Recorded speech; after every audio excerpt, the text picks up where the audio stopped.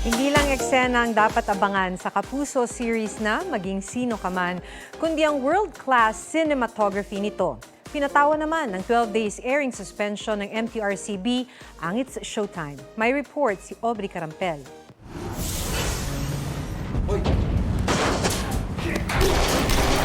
Bukod sa mga makapigil hiningang eksena tulad ng pagtalon ni David Licauco bilang karding sa ibabaw ng tumatakbong trailer truck, kahanga-hanga rin ang cinematography ng seryeng Maging Sino Ka Man. Pati ang tamang timpla ng ilaw at posisyon ng mga kamera, kinarir. I usually do it muna bago si David. I think si Direk Enzo, he leads by example. Pinapakita niya sa amin na ganito ka-passionate.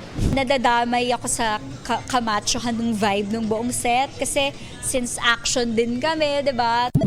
Pinatawan ng 12 days airing suspension ng MTRCB ang noontime show na It's Showtime. Bunsod ito ng mga reklamo tungkol sa July 25 episode kung saan naging indecent o malaswa umano ang ikinilos ng mga host sa segment na Isip Bata.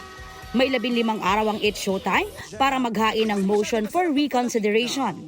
Sa isang pahayag, kinumpirma ng ABS-CBN na natanggap na nila ang ruling ng MTRCB at magsusumite raw sila ng motion for reconsideration. Naniniwala raw silang walang nilabag na batas ang programa.